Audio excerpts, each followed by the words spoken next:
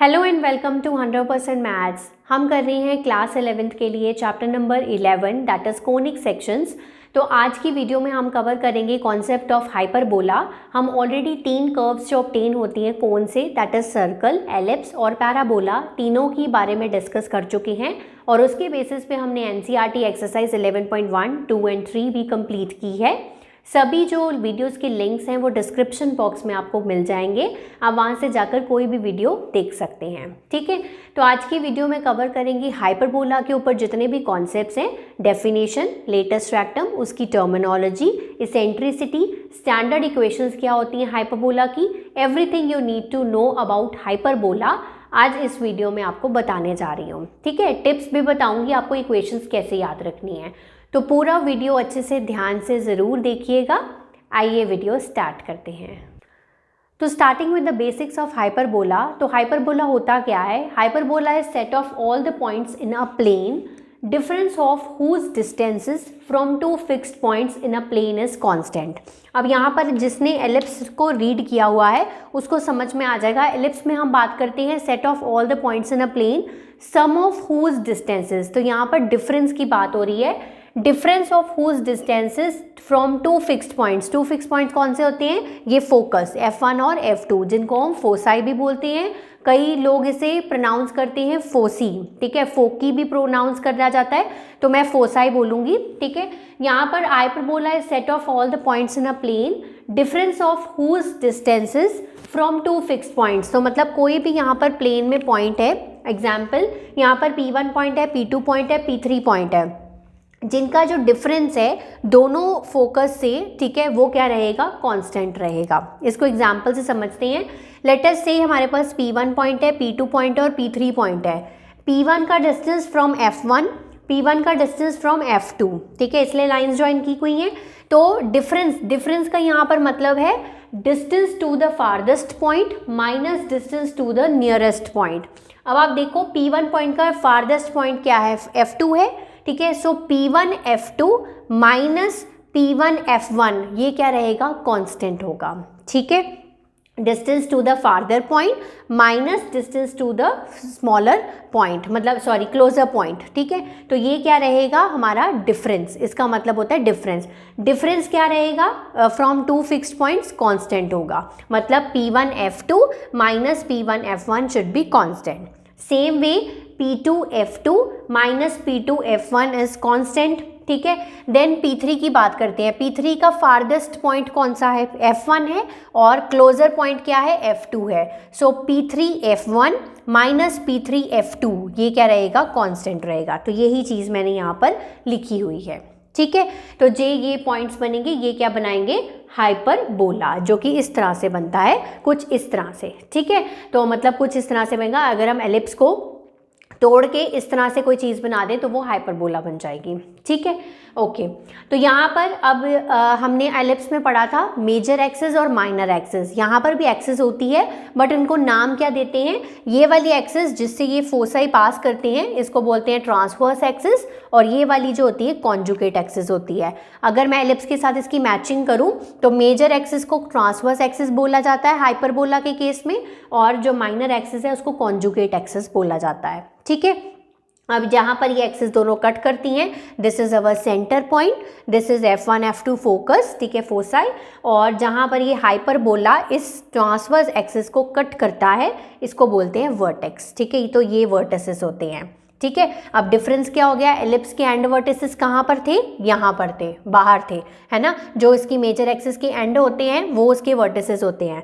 यहाँ पर जहाँ पर ये जो हाइपरबोला है वो कट करेगा इस ट्रांसवर्स एक्सिस को, ये इसके वर्टेक्स होंगे।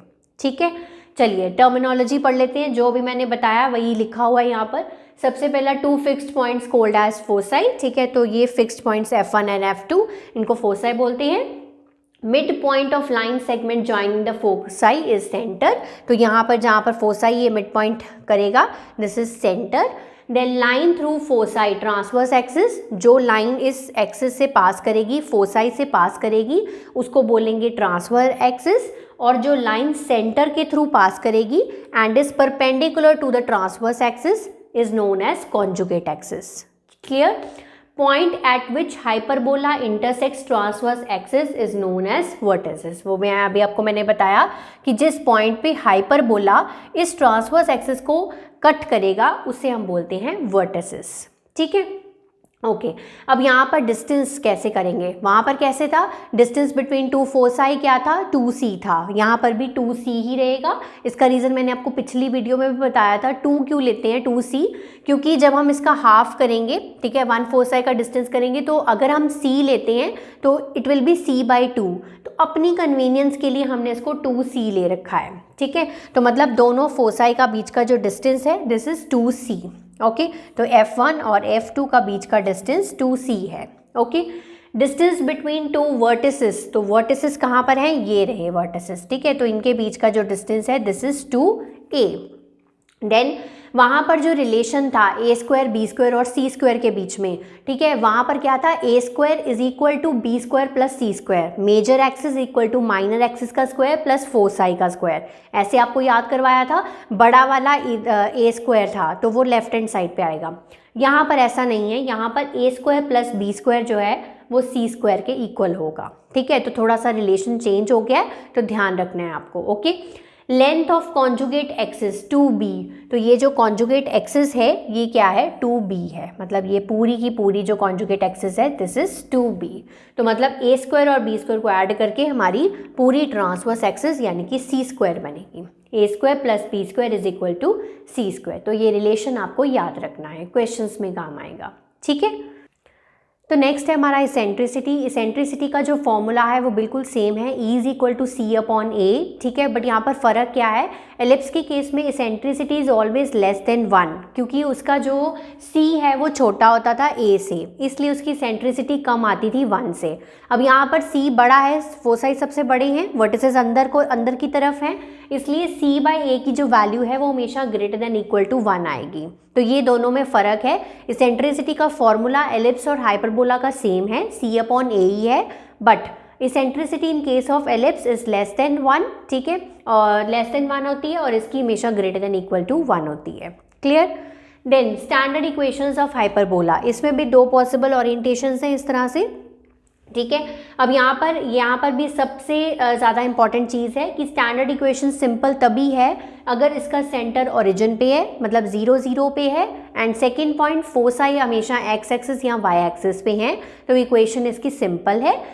इसके अलावा भी पॉसिबिलिटीज़ होती हैं, बट क्लास +1 के लिए आपको यही पढ़ना है। ठीक है, देन सबसे पहला हमने ये ड्रॉ किया था हाइपरबोला अभी, तो F1 F2, ठीक है, 2c डिस्टेंस होता है इसके बीच का। अब c,0 इसका कोऑर्डिनेट हो गया और -c,0 इसका कोऑर्डिनेट हो गया। वर्टिसेस के क्या होते हैं, 2a, देन +a,0 इसका कोऑर्डिनेट हो गया और -a,0 इसका कोऑर्डिनेट हो गया। अब ऐसा क्यों लिख रहे हैं, क्योंकि जो फोसाई हैं वो आपके x एक्सिस पे हैं, तो इसका y कोऑर्डिनेट क्या होगा, 0 होगा। ये तो आपको पता चल गया अभी तक। सेंटर क्या है, 0 0। ठीक है, इक्वेशन क्या बनेगी, x²/a²। अब वहाँ पर क्या था, प्लस था, इस केस में माइनस होगा, x²/a² minus y²/b² equal to 1। ठीक है, चलिए अब दूसरी पॉसिबिलिटी क्या है, अगर फोसाई आपके y एक्सिस पे चले जाते हैं, तो y एक्सिस पे चले गए तो मतलब x कोऑर्डिनेट आपका 0 हो गया, बाकी सेम रहेगा।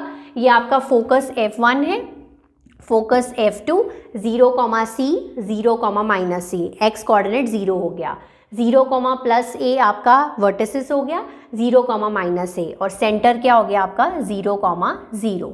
ठीक है, तो इस केस में अगर आपका फोसाई जो है वो y एक्सिस पे है तो आपकी इक्वेशन क्या होगी, y²/a² minus x²/b² equal to 1। Ellipse के केस में यहाँ पर बीच में प्लस होता है, और मैंने आपको एक वहाँ पर टिप बताया था कि आपकी जो मेजर एक्सिस होती है अलोंग x एक्सिस या y एक्सिस आप कैसे पता लगाते हो, वहाँ पे आपका पता लग जाता है कि मेजर एक्सिस अगर x एक्सिस के अलोंग है तो x का जो नीचे डिनोमिनेटर है वो बड़ा होगा, अगर y का डिनोमिनेटर बड़ा है तो major axis along y axis रहेगी। ठीक है, वो एक्सरसाइज में भी आपको मैंने बताया था। यहाँ पर नीचे a और b ऐसे ही रहेंगे, ऊपर वाले जो x और y है वो बदल जाते हैं, x² माइनस y² इस केस में है और y² माइनस x² इस केस में है। अगर आपका जो ट्रांसवर्स एक्सिस है वो x एक्सिस पे है तो x पहले आएगा, अगर आपका ट्रांसवर्स एक्सिस जो है वो y पे है तो y पहले आएगा। ये टिप है इसको याद रखने का, ठीक है। याद रखिए, अगर एक्स एक्सिस पे है ट्रांसफर एक्सिस तो एक्स पहले आएगा, अगर ट्रांसवर्स एक्सिस आपका वाई पे है तो वाई पहले आएगा, ठीक है। ये एक टिप है, इसको याद रखने का। क्लियर? ओके, तो कुछ पॉइंट्स मैंने यहाँ पर लिखे हैं। एक हाइपरबोला जिसमें ए बी के बराबर हो जाए। ए क्या है? आपके वर्टिसेस, और बी क्या है? आपकी कॉन्जुगेट एक्सिस, ठीक है। तो उस केस में ये इक्विलेटरल हाइपरबोला बोला जाता है इसको, ठीक है। Then hyperbola is symmetric to both the axis, ठीक है। ये एलिप्स में भी सेम था कि अगर एक पर्टिकुलर पॉइंट हाइपरबोला पे प्रेजेंट है तो बाकी के जो पॉइंट्स हैं वो भी हाइपरबोला पे ही प्रेजेंट होंगे, ठीक है। Suppose if point P X Y lies on the hyperbola, then minus X comma Y, minus X minus Y, X comma minus Y, तो जितनी भी पॉसिबिलिटीज हैं are also the points on the hyperbola, ठीक है। Third, foci हमेशा transverse axis पे ही रहेंगे। ये देखो, फोसाई आपके ट्रांसवर्स एक्सिस पे ही रहते हैं, ये आपकी ट्रांसवर्स एक्सिस है और ये आपकी बन गई कॉन्जुगेट एक्सिस, ठीक है। तो ये कुछ इंपॉर्टेंट पॉइंट्स हैं जो आपको अपने माइंड में रखने हैं। So moving to the last topic of today's video, that is latest rectum of hyperbola. तो डेफिनेशन वही है जो हम सर्कल में पढ़ी थी, पैराबोला में पढ़ी थी और हमने एलिप्स में रीड की थी, ठीक है। It passes through the focus, मतलब ये जो है लाइन फोकस से पास करती है perpendicular to the transverse axis. अब यहाँ पर इस एक्सिस को ट्रांसवर्स एक्सिस बोला जाता है, तो इसके परपेंडिकुलर है, ठीक है। And points lies on the hyperbola, तो एंड पॉइंट्स इसके हाइपरबोला के ऊपर लाई करते हैं, ठीक है। और इसकी लेंथ क्या होती है? अगर आपको लेंथ आ जाए लेटेस्ट रेक्टम की निकालनी, तो that is equal to 2b² by a। अगर आपको b और a की वैल्यू पता है तो आप जल्दी से यहाँ पर पुट करेंगे और आपका आंसर आ जाएगा, ठीक है। सो आज की वीडियो के लिए इतना ही। तो आज मैंने आपको इस वीडियो में हाइपरबोला के जितने भी कॉन्सेप्ट्स हैं वो आपको करवा दिए हैं। नेक्स्ट वीडियो में करेंगे हम एनसीईआरटी एक्सरसाइज 11.4, जिसको हम कंप्लीट करेंगे और ये चैप्टर जो है वो हमारा कंप्लीट हो जाएगा, ठीक है। तब तक आप इसको प्रैक्टिस कर लीजिए, रिवाइज कर लीजिए। Have a nice day to all of you.